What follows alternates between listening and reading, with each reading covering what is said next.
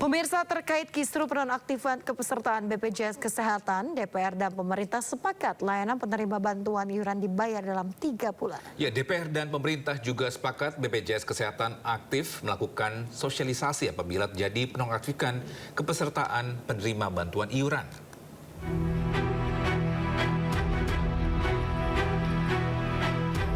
Pimpinan DPR RI memanggil pemerintah membahas penonaktifan kepesertaan BPJS Kesehatan segmen penerima bantuan iuran jaminan kesehatan. Rapat ini dihadiri Menteri Sosial Saifullah Yusuf, Menteri Kesehatan Budi Gunadi Sadikin, Menteri Keuangan Purbaya Yudi Sadewa, dan Direktur Utama BPJS Kesehatan Ali Gufron Mukti. Wakil Ketua DPR RI Sufmi Dasko Ahmad mengatakan, Dewan Perwakilan Rakyat RI bersama pemerintah menyepakati dalam jangka 3 bulan ke depan semua layanan kesehatan tetap dilayani dan jaminan kesehatan nasional segmen penerima bantuan iuran dibayarkan pemerintah. Dasko juga mengatakan DPR dan pemerintah sepakat dalam waktu 3 bulan ke depan Kementerian Sosial, pemerintah daerah, dan BPJS Kesehatan melakukan pengecekan dan pemutakhiran kategori desil dengan data pembanding terbaru. Ya, jadi kalau tadi DPR dan pemerintah sepakat bahwa selama 3 bulan seluruh layanan kesehatan termasuk yang PBI itu dibayarkan oleh pemerintah. Tadi sudah sepakat, ini yang bagian bayar-bayar sudah oke. Gitu. Sambil kemudian pihak-pihak terkait dalam hal ini Kementerian Sosial, BPS, Kementerian Kesehatan itu kemudian memutakhirkan data terbaru dengan pembanding yang terbaru. Demikian. DPR dan pemerintah juga sepakat agar BPJS Kesehatan aktif melakukan sosialisasi dan memberikan notifikasi ke masyarakat apabila terjadi penonaktifan kepesertaan PBI dan pekerja bukan penerima upah dari pemerintah daerah. Dari Jakarta, Tim Liputan Anyus melaporkan.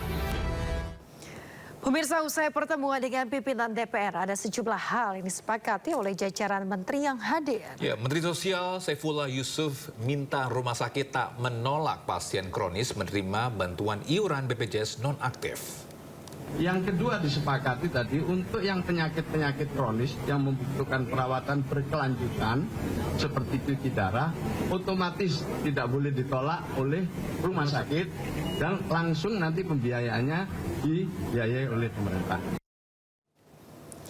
Pemirsa, Menteri Keuangan Purbaya Yudi Sadewa mengakui pemerintah alami kerugian reputasi akibat kisruh penonaktifan penerima bantuan iuran jaminan kesehatan nasional atau PBIJKN. Ya, Purbaya tegaskan tak ada pengurangan dalam anggaran kesehatan. Lagi ke data PBI langsung trigger sosialisasi ke mereka bahwa mereka tidak masuk lagi ke list itu sehingga mereka bisa melakukan tindakan yang diperlukan. Entah membayar dengan tempat lain atau gimana. Tapi jangan sampai yang udah sakit tiba-tiba begitu mau cek darah cuci darah lagi tiba-tiba nggak eligible, nggak berhak. Kan itu kayaknya kita konyol. Ya, padahal uang yang saya keluarin sama. Saya rugi di situ, uang keluar image jelek jadinya. Pemerintah rugi dalam hal ini, Pak.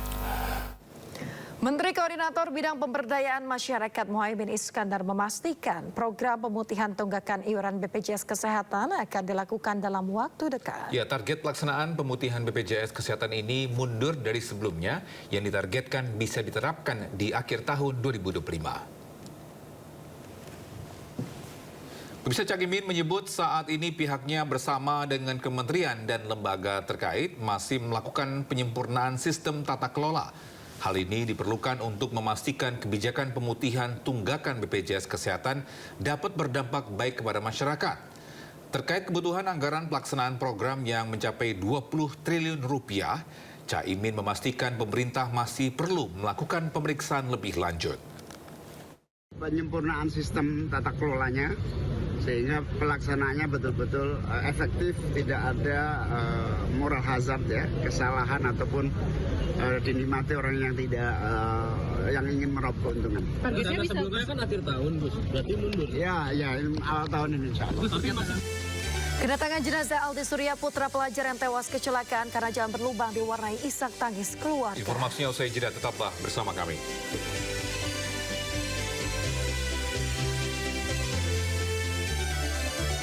Pemirsa, ribuan orang mengungsi akibat bencana tanah bergerak di Tegal, Jawa Tengah. Ya, mereka mengevakuasi sisa harta benda dari rumahnya yang rusak.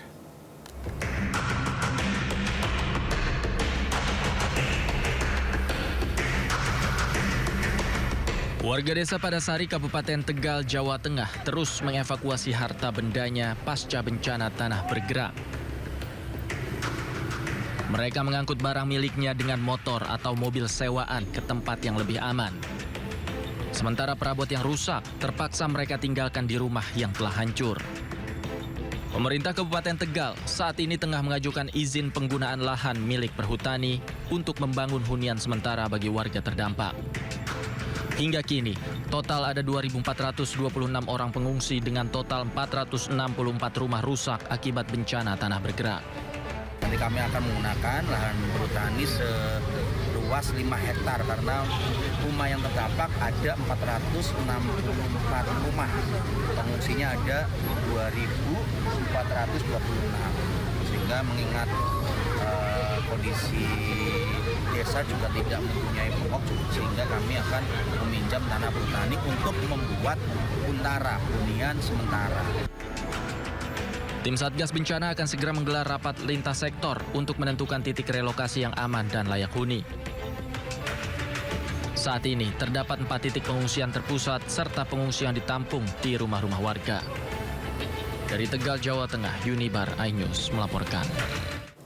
Pemirsa, pasca kisruh penonaktifan peserta BPJS Kesehatan, pasien kanker di Yayasan Rumah Ambu Badung, Jawa Barat tidak dapat pelayanan kemoterapi. Ya, bahkan pasien terpaksa menggunakan BPJS berbayar demi anaknya dapat dirawat inap.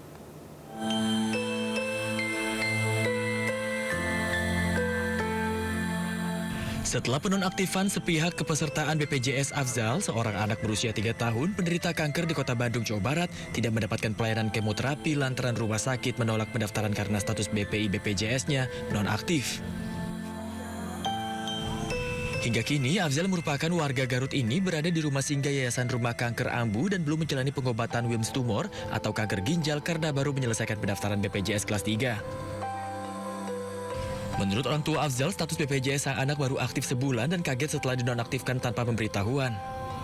Dirinya mengaku sangat membutuhkan penerima bantuan iuran PBI BPJS Uptik pengobatan anaknya.